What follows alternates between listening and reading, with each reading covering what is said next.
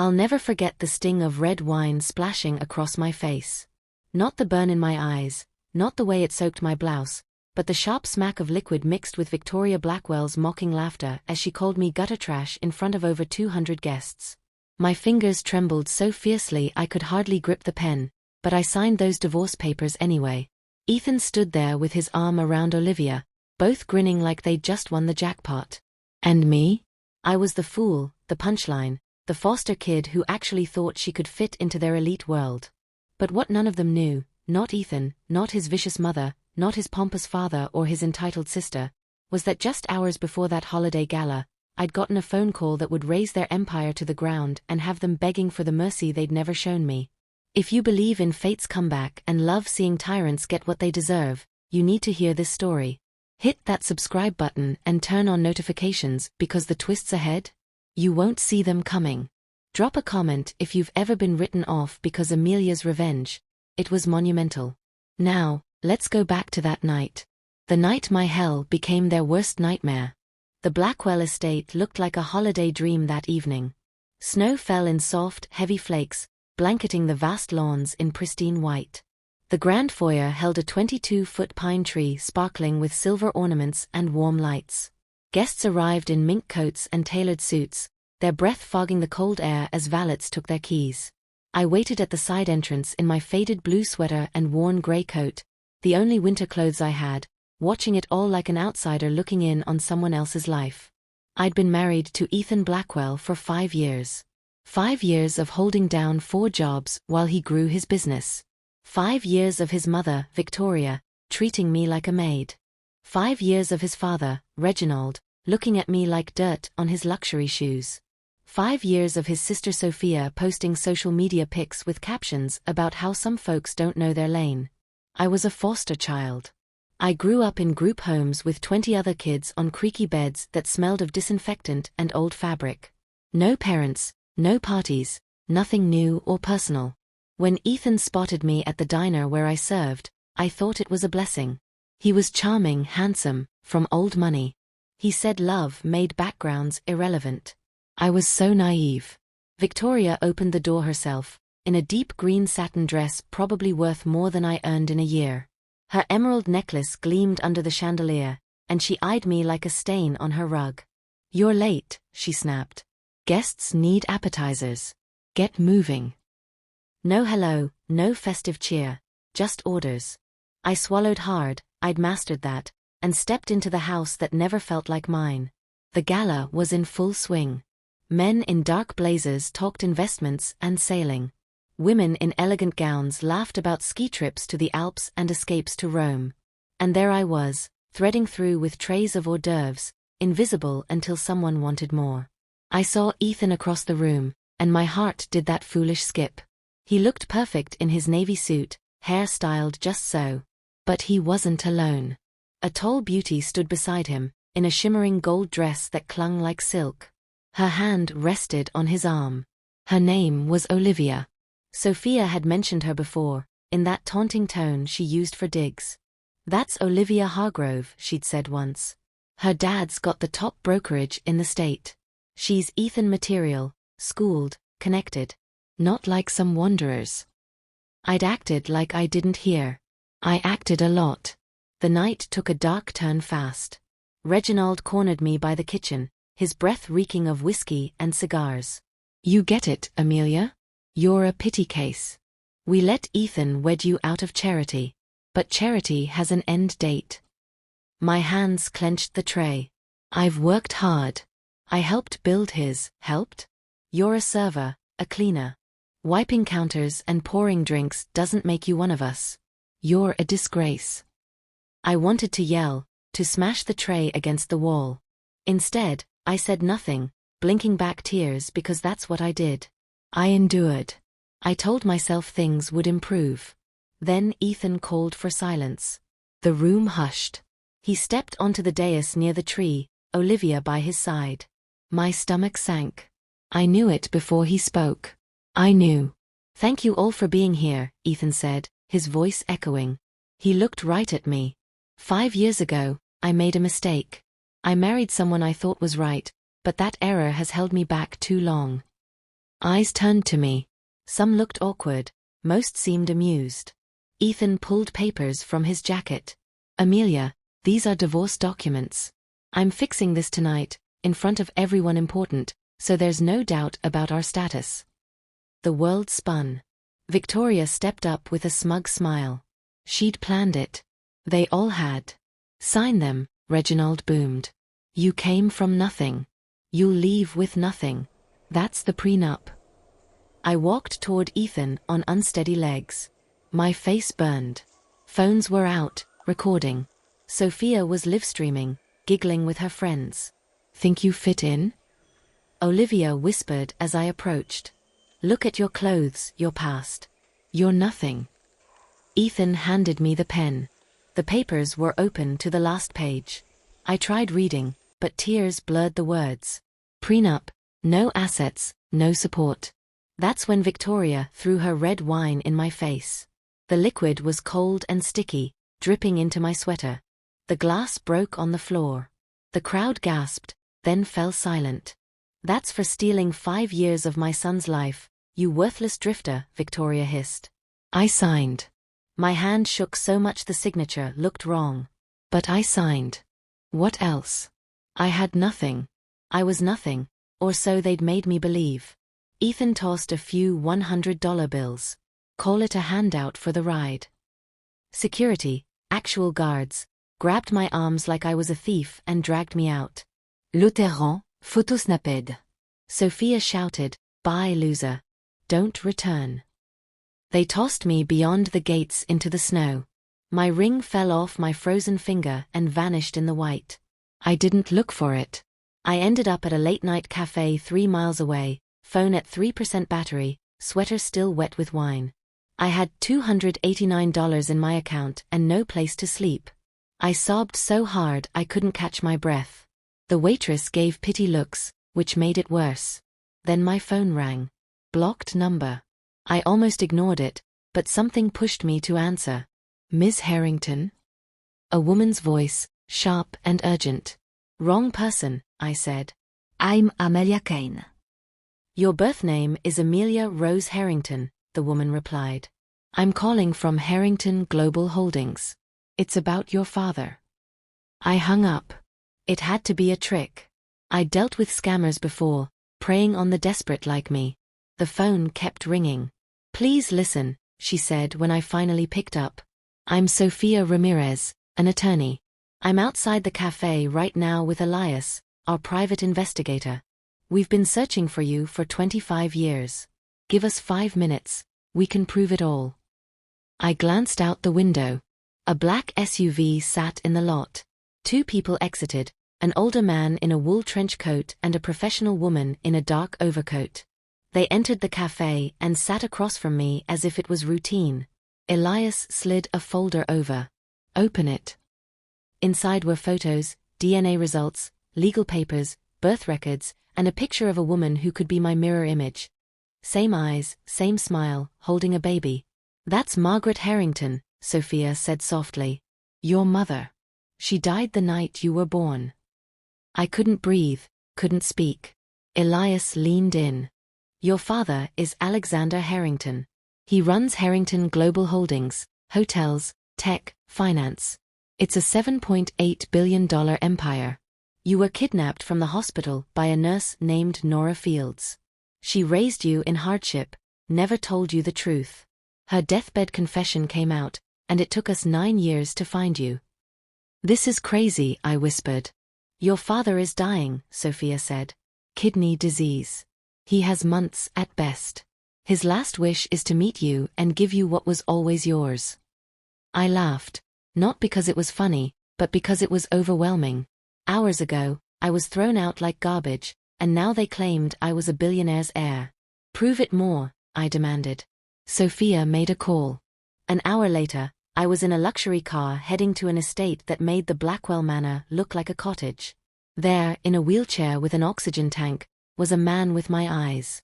Alexander Harrington saw me and tears streamed down his face. Amelia, he breathed. You look exactly like her. I broke down completely. This man, my father, held my hands and wept with me. He shared stories of Margaret, how they met in university, her brilliance in design, their excitement for a child, her death from complications, and waking to find me gone. He'd never stopped looking. "I failed you once," he said. "I won't again." But Sophia dropped another revelation. Alexander's brother, Victor, had been managing the company. He assumed no heir existed. Victor was ruthless, corrupt, stealing millions. Revealing myself now could be dangerous. "We need proof against Victor first," Sophia said. "Stay hidden. Learn the business, then we strike and take back what's yours." I agreed, but with one condition. "I want to crush the Blackwells first," I said. Over the next 3 months, I changed. Expert tutors taught me business, economics, law. I studied Harrington Global from top to bottom. I learned to carry myself differently, speak with authority, become someone new. And I hired detectives to probe Ethan and his family. What they uncovered was explosive. Ethan's company was sinking. $2.5 million in debt.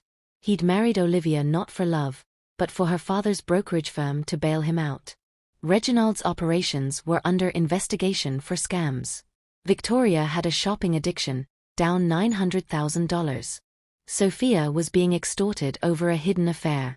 But the worst, Ethan had stolen the $9,000 I'd saved from my jobs, gambled it away, and forged my name on loans for $52,000. I was on the hook for debts he'd created. He'd planned the marriage, wrecked my finances, and dumped me with the bill. I didn't get mad. I got strategic. I created a new persona, Elena Voss, a mysterious Nordic investor. I styled my hair shorter, wore high-end clothes, added sophisticated glasses. I looked nothing like the woman they'd humiliated. Then I approached Reginald Blackwell's firm with a $12 million investment offer. He didn't recognize me. None did. The board meeting was bizarre. I sat across from Reginald, Victoria, Ethan, and here's the surprise, Victor Harrington, my uncle. Turns out he and Reginald were collaborators in shady finance deals. "Ms. Voss," Reginald said, eager. "Your proposal is incredibly generous." "I invest in promising teams," I said, staring at Ethan. He kept glancing at me, like something nagged him, but he couldn't pinpoint it. Victoria demanded a celebratory dinner at the Manor, the same place where they'd destroyed me. I wore a sophisticated beige dress and walked through those doors like I owned them. Ethan was there with Olivia, now his wife. She was pregnant. But my investigators had already revealed the truth. The baby wasn't Ethan's. She'd been expecting before the wedding. The father was her ex, Liam, and she'd snared Ethan for his supposed wealth. During the meal, I asked about Ethan's past marriage. "Oh, that disaster," Victoria chuckled. "He was stuck with some Forster reject. We got rid of her." Ethan smiled. "Biggest regret of my life. Marrying her, not leaving sooner." I recorded every bit. Victor pulled me aside after. "You seem off," he said, eyes narrowing. "My brother sends spies to undermine me. If you're one, know I've ruined people for less." "Just business," I said calmly. But I knew my cover was thinning. Then Sophia called. Alexander had taken a turn for the worse. He was in the hospital, fading quicker than expected. I rushed to the hospital, heart pounding. Alexander lay there, frail and hooked to machines, but his grip was firm when he took my hand. "Amelia," he whispered through the oxygen mask. "Finish this. Claim what's yours. Destroy them all." I held back sobs, nodding. This man I'd just met, my father, had given me a second chance at life. He spoke weakly of Margaret, how she dreamed of a daughter who would lead, how he'd built the empire for us. "Use it wisely," he said. "Not just revenge. Build something better." Sophia updated me in the hall. The evidence against Victor was airtight, embezzled funds traced to personal accounts, witnesses ready. The Blackwell's fraud links were solid too. "We can move any time," she said. But Alexander's time was short. "Do it now," he urged before slipping into sleep. I made the call that night. No more delays. I scheduled an emergency stakeholders meeting at Harrington Global Holdings. I invited everyone, the Blackwells, Victor, the press, board members, investors. I framed it as Elena Voss announcing a massive partnership deal. The conference hall was packed the next day. Victor sat front and center, smug as ever. The Blackwells were buzzing with excitement, thinking riches awaited. I entered in a sharp crimson suit, feeling powerful. I looked different again, more refined, more commanding. At the podium, I surveyed the faces. My name is not Elena Voss, I said, removing the glasses. Ethan's face drained of color. My name is Amelia Rose Harrington. I am the daughter of Alexander Harrington and the sole heir to Harrington Global Holdings. The room erupted. Shouts, camera flashes, chaos. I didn't flinch. I have proof that Victor Harrington stole $65 million from this company. Federal agents are here to arrest him. I nodded, and agents burst in. Victor tried to bolt, but they pinned him down. I also have evidence that Reginald Blackwell was involved in fraud and illegal finance schemes with Victor Harrington. More agents. Reginald was cuffed, yelling denials. Victoria started screaming hysterically. Sophia burst into tears. I turned to Ethan. You threw money at me like charity. Said I was from nothing. I held up papers. I now own the property your company rents. Your lease is ended. You have 45 days to leave. Ethan looked ill. You took my $9,000 savings and forged $52,000 in debts on me. I smiled. I've legally shifted them back to you. You owe it all. Then to Victoria. You doused me with wine and called me trash. Guards blocked her as she lunged. Harrington Global is withdrawing all support from Blackwell Enterprises. Your company will fold in weeks. She dropped to her knees, wailing. Finally, to Olivia. You're carrying another man's child. Ethan doesn't know, right? I projected messages on the screen, her and Liam scheming. Ethan stood frozen, shattered. The auditorium descended into pandemonium. Victor thrashed against the agents, cursing. This is a setup. She's lying. But the projections showed bank transfers, emails, undeniable. Reginald was hauled away, begging for his lawyer. Victoria clawed at the guards, makeup running. You can't do this. We're family friends. Sophia hid behind her hands, phone forgotten, as reporters swarmed. Ethan confronted Olivia. Is it true? The baby. She sobbed. It was for our future. He shoved her away, face twisted in betrayal. I walked off the stage amid the frenzy, head high. Their empire crumbled in real time. Stocks tanking on live feeds, calls pouring in from panicked partners. Outside, Sophia met me with a nod. Flawless. I exhaled, the weight lifting. But the victory was bittersweet. Alexander died 4 days later. I was at his bedside, holding his hand. His last words, Margaret would be so proud of you. The funeral was quiet, just close aides and me. I mourned the years lost, but vowed to honor him. In the following months, I took the reins at Harrington Global Holdings. I cleaned out the corruption, fired Victor's loyalists, implemented transparent policies. The company thrived, profits up 20% in the first quarter. I used the wealth for good, scholarships for foster kids, building community centers, funding programs for the underprivileged. It felt right, turning pain into progress. As for the Blackwells, Reginald was convicted of fraud, sentenced to 12 years in prison. Victoria went bankrupt, forced to sell her jewels and move to a cramped apartment in the suburbs. She called once, begging for help. I hung up. Ethan lost everything in the divorce from Olivia. He ended up working at a warehouse, buried under the debts I'd reversed onto him. Creditors hounded him daily. Sophia's scandals hit the tabloids. She vanished, too ashamed to face anyone. Olivia gave birth alone. Liam had abandoned her when the truth emerged. She scraped by on odd jobs, no more luxury life. Victor got 18 years in federal prison, his assets seized and returned to the company. Justice served cold. I visited my parents' graves that spring. Flowers bloomed around the stones, a far cry from the snowy night of my humiliation. I made it, I whispered. For you. Walking away, I felt whole. They hadn't broken me, they'd awakened me. Every insult, every cruel act, had led to this power, this purpose. I am Amelia Rose Harrington, and my story is just beginning. From tear-stained divorce to commanding an empire, that's how fate flipped the script. In the quiet after the storm, I reflected on how far I'd come. The Harrington offices were now mine, a sleek tower overlooking the city, filled with teams I trusted. Mornings started with strategy sessions, afternoons with charity initiatives. I'd launched a foundation for orphans, channeling millions into education and housing. It healed parts of me the Blackwells had wounded. One day, a letter arrived from an old foster sibling. "Your story inspired me," it read. "Keep fighting." It reminded me why this mattered, not just revenge, but impact. The media frenzy died down, but my name was synonymous with triumph. Interviews poured in, I shared selectively, focusing on resilience. Underestimation is a gift, I'd say. It lets you strike unseen. Ethan's pleas came via email, desperate for a loan. "We were wrong," he wrote. I deleted it. Victoria was spotted at a thrift store, a shadow of her former self.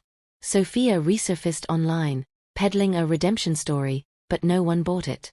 Olivia's custody battle with Liam made headlines, both blaming each other. Victor wrote from prison, denying everything. Trash. But peace wasn't complete without closure. I revisited the Blackwell Manor, now mine after foreclosure. Walking the halls, memories flooded, the wine, the laughter, the drag-out. I had it renovated into affordable housing units. Symbolic. Alexander's portrait hung in my office, Margaret's photo beside it. "You gave me this," I told them silently. The empire expanded, new tech ventures, sustainable hotels. Valued at $8.5 billion now. I dated sparingly, focusing on self. Trust rebuilt slowly. Friends from the old life reached out proud. "You showed them," one said. True. The lesson, rock bottom reveals strength. Their cruelty forged my steel. Loose ends tied themselves in surprising ways. A tip came from an anonymous source. More dirt on Victor's network, leading to additional arrests. His cellmates weren't kind to ex-tycoons. Reginald's appeals failed, prison life humbled him. Victoria tried suing for emotional distress, laughed out of court. She ended up in a senior home, alone. Ethan hit rock bottom, checking into rehab for gambling. Olivia won custody but lost her family's support. Sophia turned influencer, but flops haunted her. I thrived, speaking at conferences on empowerment. "Your past doesn't define you," I'd say. One evening, a knock at my door, a former Blackwell employee. "They mistreated many," she said, offering files on more fraud. It led to class action suits, compensating victims.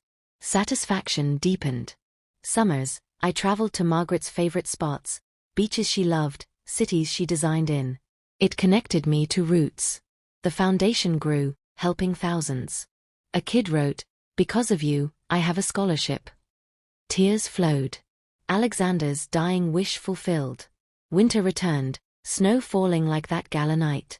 I drove to the cemetery, bundled against the cold. The graves were serene, names etched, Alexander and Margaret Harrington. I knelt, placing wreaths. "I was never trash," I whispered. "I was always your daughter." Wind whispered back, peace settling. Memories replayed, the party, the call, the reveal. Their end, my start. I rose, stronger. A year on, Harrington Global was a beacon, ethical, innovative. I mentored women from tough backgrounds, turning scars into stars. One day, Ethan's sister Sophia messaged, "Sorry for everything." Forgave? No. Moved on? Yes. Life bloomed, new love perhaps, but focus on legacy. From signing in tears to owning it all, karma won. If this chilled you, like now. Subscribe, bells on, more revenge tales coming. Comment, too far or perfect justice. I read them all. Share with someone underestimated. Remember, darkest hour precedes victory.